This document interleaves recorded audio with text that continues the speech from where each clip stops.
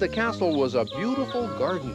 In the middle of the garden was a pond filled with lily pads, and on one of the lily pads, a frog, who was just about his own size, lay sleeping. That frog looks familiar, Kermit thought, and he jumped into the pond to have a better look. As Kermit neared the lily pad, the sleeping frog woke with a start. "Who goes there?" he cried. Then he saw Kermit and shrugged his shoulders. "Never mind," he mumbled sleepily. "I thought you were the dragon." "You must have been dreaming," Kermit laughed. "Dragons aren't real. They're only in storybooks." "Of course they're real," the other frog answered. "They're just as real as I am, and I am Sir Dancelot, Knight of the Pond Table." "My name is Kermit," said Kermit, "but I'm not a knight. I'm just plain old Kermit." "You're lucky," Sir Dancelot sighed, "because if you were me, you would have to fight the dragon today." "Are you afraid?" Kermit asked. "No, I'm exhausted," Dancelot moaned. "I stayed up all night dancing. Dancing is my favorite thing to do. But if I had been a good knight, I would have gotten a good night's sleep. Now I'm really in trouble." Sir Dancelot then told Kermit his sad tale. A fire-breathing dragon had charged into the nearby town, demanding to marry the lovely Princess Pigdolin. Dancelot was in love with Pigdolin and had challenged the dragon to a duel. Whoever would fight the longest would win the beautiful princess. Whoever got tired and stopped would lose. "But I've had so little sleep," wailed Dancelot. "I can barely stand up, let alone fight." Kermit felt terribly sorry for the exhausted knight and wanted to help. "What if I fight the dragon for you?" he suggested. "I'm wide awake." "Oh, thank you," said the grateful knight, shaking Kermit's hand. "My armor and horse are behind that big rock. Be sure to wake me up when it's over. And good luck." Kermit was so excited he could hardly put on the armor. He clinked and clanked around a bit, but he finally got it right and climbed on the horse. Then he headed toward town. Kermit arrived to find a large crowd gathered to watch the duel. He rode closer until he had a good view of the dragon's huge golden eyes and glistening golden-green scales. The dragon looked strong, as though he could fight for a long, long time.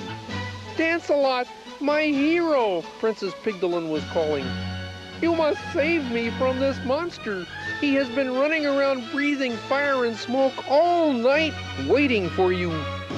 "So, the dragon has been up all night too, has he?" murmured Kermit as he took his position in front of the huge monster.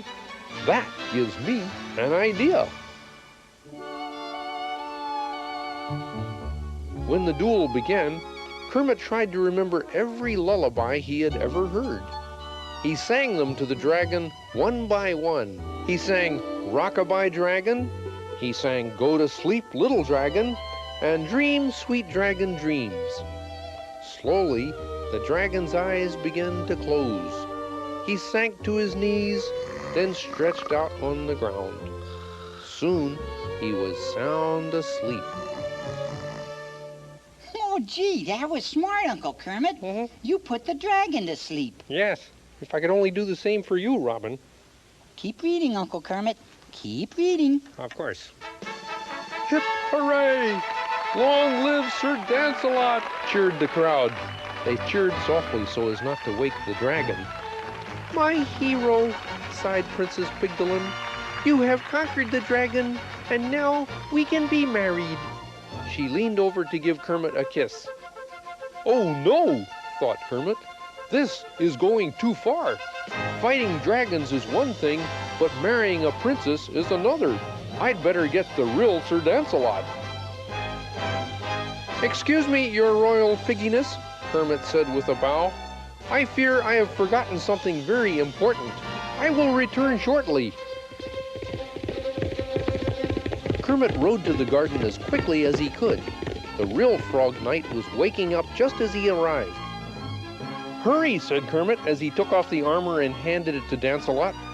put yourself into this tin suit. We've got to get you back so you can marry the princess." As they galloped along, Kermit told Lancelot everything that had happened. "And if I were really you," Kermit said at the end of the story, "I would find something useful for that dragon to do when he wakes up." The preparations for the wedding feast were well underway when the dragon finally awakened. He was very disappointed to find out that he had lost both the duel and the princess. "Sigh, sigh, sigh," breathed the dragon, and every time he sighed, a flame flickered out of his mouth. "Look!" exclaimed Princess Pigdolin in amazement. "He's roasting all the marshmallows with his fiery breath." Kermit and Lancelot stared at the dragon, and then at each other. They both had the same idea. "How would you like a job as royal chef?" Sir Lancelot asked the dragon. The dragon was delighted because he loved to cook. His first job, of course, was to finish the wedding feast. He stewed tomatoes for tomato soup, he grilled the grilled cheese sandwiches, and he melted chocolate for hot fudge sundaes a la dragon.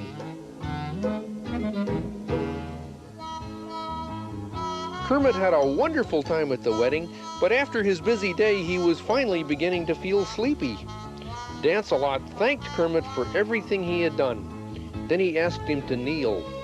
Drawing his sword, Lancelot said, "For your bravery and untiring devotion, I now dub thee Sir Kermit, Knight of the Pond Table." Kermit looked up, but he did not see Sir Lancelot. Instead, he saw Nanny, who was tucking him into his own little crib. "Good night, Kermit," she said. "Yes, Nanny," Kermit murmured sleepily. "I guess I am a good knight. And like all good knights, I'm ready for a good night's sleep." So, you see, Robin, if you danced all night, you couldn't fight dragons and win princesses. Robin? Good night, Sir Robin.